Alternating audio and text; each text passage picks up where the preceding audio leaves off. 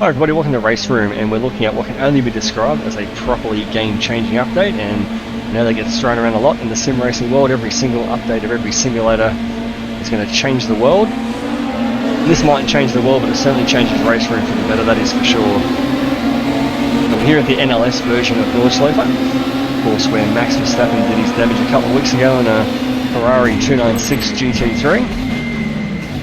And in turn 1, we'll just take it a little bit easy. I'll say this from the outset, I've said this for quite a while, RaceRoom drives the best of all the simulators. And I've said that since January of 2024, and that's when KW Studios released what they called their tyre maturity update.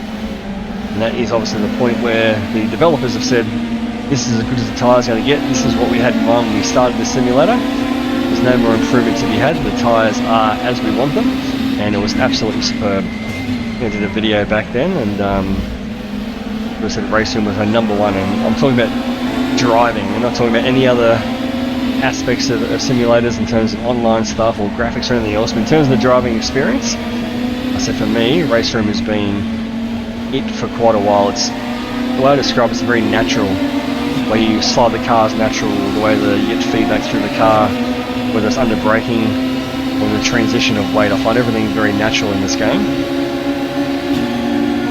Certainly the approach in KW Studios has been a little bit different to someone like Reza with AMS2, and it seems every update they're finding something wrong with the tyres, whether it was in 1.4 with the carcass of the sidewall, 1.5 is just hysteresis, or whatever's wrong with 1.6. I've just given up on that, to be honest. So I'm going to stick with RaceRoom. This is fantastic.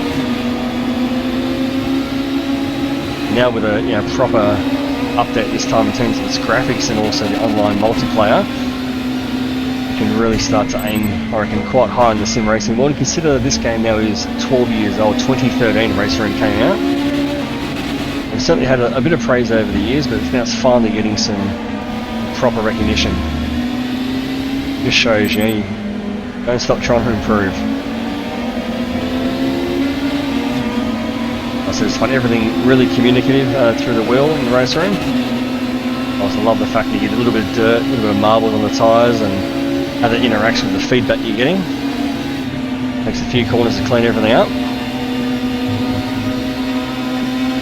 So obviously once they had the driving part sorted, which they did 18 months ago, obviously the main complaint with RaceRoom was that it looked like rubbish, and that was certainly a very true statement. So it came out in 2013 running on DirectX 9, and to say the least it looked bland, it looked a little bit yellow, a little bit horrible.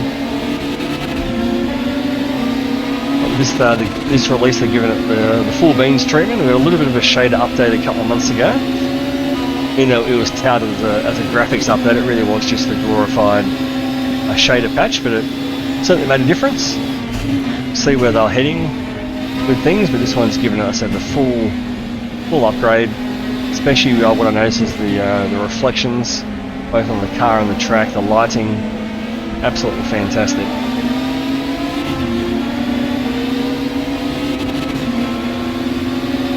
Well, it's not a positive for the handful of people who played RaceRoom online, and there wasn't many unless you were part of a league.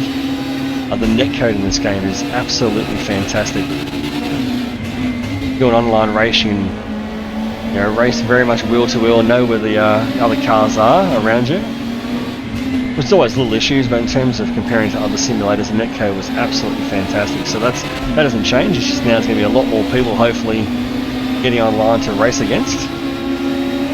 We come down to my favourite part of the Nordschleifer. Yeah, this obviously besides the graphics update, they brought this new daily ranked online multiplayer system, which is something you see in a lot of simulators. Nothing new there, but it's definitely new for RaceRoom, and at the moment some pretty good sized grids. Sort of run races every 10 to 15 minutes. But you just jump on in. You can also pre-qualify for some of the stuff, so you do some laps on the time trial leaderboard mode, so that gets taken into account when you qualify. Because again, a lot of us who play this are middle-aged men. Some people have families and the likes, have a lot of free time sometimes.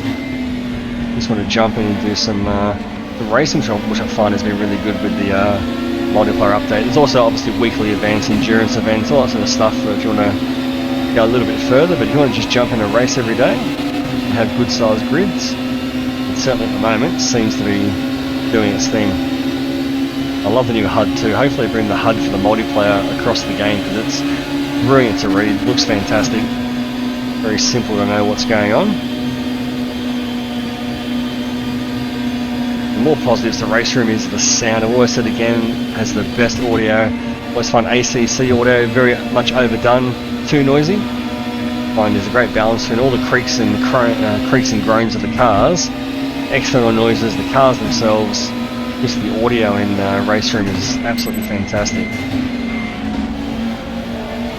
So when the wife's not home, I'll get the headphones off and blast the Logitech speakers at full bore. It sounds absolutely awesome. Chuck ourselves into the carousel. And of course there are negatives, nothing's perfect. It can be quite expensive, the DLC. There is a multiplayer pack they have released in line with this new online thing they've set up, which will get you 12 cars and 27 tracks, which should get you started in the online world. That's quite a good deal. And in general, the DLC is quite expensive, but the good thing is, to counter that, is that you can try any car in the game for as long as you like for free. So before you plonk down your hard-earned money, you can jump in and try a RaceRoom. So if you like it, make sure everything works and set up to your liking. Before you do, get rid of your cash. So that's a fantastic thing that they do.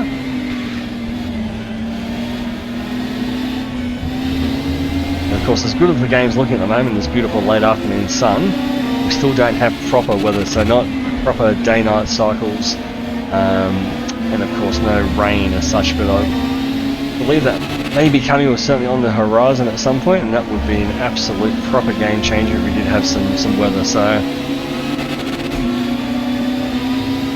certainly a downside at the moment, because every other simulator obviously has some sort of weather. It depends on how good they implement that into the game, but you can race in the rain in every other simulator except for this one. But to be honest, most people, they want wet weather racing, they don't actually ever participate very much in it. Most people will stick to the dry stuff. And you get your usual argy-bargy. I did a few online races when the new system first dropped, and you're going to have that, unfortunately.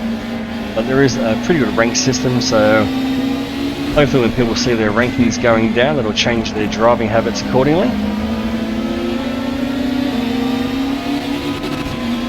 I'm also not a huge fan of the slowdown system with the RaceRoom, so you have a track cut or an incident or whatever, and you have to give back 0.3 of a second in the next 40 seconds or whatever, and I find myself looking more at that than actually watching the roads. I tend to make more mistakes and get more time added on to that because I'm not actually watching what I'm doing. So a few little minor quirks with RaceRoom, but I'll tell you what, super easy to set up, super easy to change your profiles. Mid-game you have to go back out to the main menu if you choose the wrong steering profile or button binding profile. The online system's fantastic, the graphics look fantastic, huge improvement.